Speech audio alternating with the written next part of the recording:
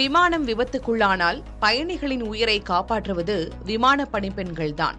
கமலின் விக்ரம் படத்தில் வீட்டு பணியாளராக இருக்கும் ரகசிய ஏஜென்டான பெண் ஒருவர் எதிரிகள் தாக்க வரும்போது விஸ்வரூபம் எடுத்து அவர்களை பந்தாடுவார் இல்லையா?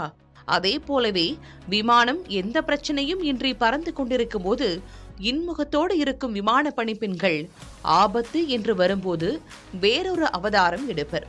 கடந்த மாதம் கனடாவில் டெல்டா ஏர்லைன்ஸ் விமானம் தரையிறங்கும் போது தொழில்நுட்ப கோளாறு காரணமாக தலைகீழாக புரண்டு விபத்துக்குள்ளானது. ஆனால் எந்த உயிரிழப்பும் இன்றி அந்த விமானத்தில் பயணித்த பயணிகள் அனைவரும் பத்திரமாக மீட்கப்பட்டது சர்வதேச அளவில் கவனம் பெற்றது.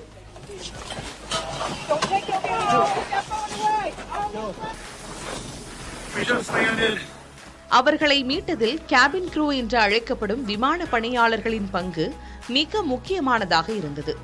பெரும்பாலான விமான நிறுவனங்கள் பெண்களையே கேபின் க்ரூ பணிகளுக்கு தேர்வு செய்கின்றன.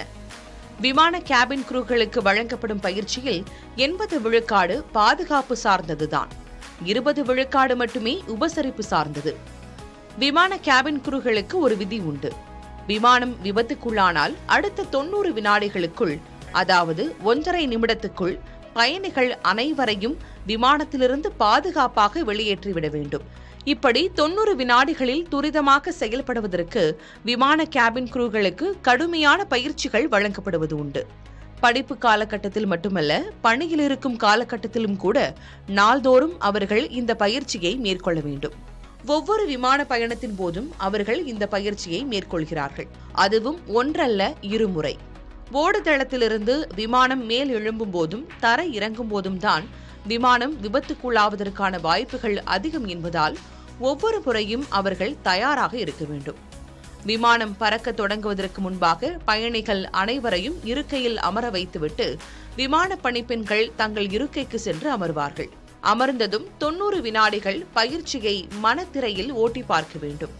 விமானம் விபத்துக்குள்ளானால் என்னென்ன செய்ய வேண்டும், பயணிகளை எப்படி மீட்க வேண்டும், எந்த கதவின் வழியாக அவர்களை வெளியே அழைத்து வர வேண்டும், ஏதாவது ஒரு கதவு செயல் இழந்தால் என்ன செய்ய வேண்டும் என அனைத்தையும் ஒவ்வொரு அசைவாக மனத்திரைக்குள் அவர்கள் ஓட்டி பார்ப்பார்கள். அதேபோல் தரை இறங்குவதற்கு முன்பும் இந்த பயிற்சியை அவர்கள் மேற்கொள்வார்கள். இந்த பயிற்சி காரணமாகவே அவர்களால் ஆபத்து சமயத்தில் துரிதமாக செயல்பட முடிகிறது. அவர்களது மீட்பு பணிக்கு இடையூறாக இருப்பது பயணிகள்தான். விமானம் விபத்துக்குள்ளானால் உயிரை காப்பாற்றிக் கொள்வதில்தான் பயணிகள் கவனம் செலுத்த வேண்டுமே தவிர உடைமைகளை எடுப்பதில் அல்ல. பல சமயங்களில் பயணிகள் உடைமைகளை எடுப்பதில் தீவிரம் காட்டுவதில் மீட்பு பணியில் நெருக்கடி ஏற்படுகிறது என்று கூறப்படுகிறது.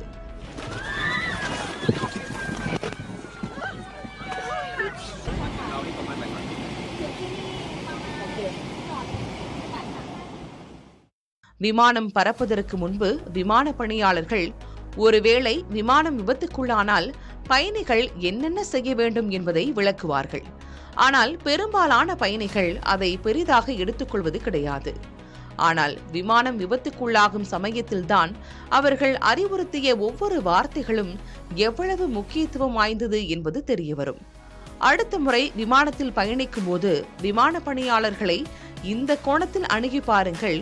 நமது பாதுகாப்பில் அவர்களது முக்கியத்துவத்தை ஆழமாக உணர முடியும். புதிய தலைமுறைக்காக செய்தியாளர் முகமது ரியாஸ்.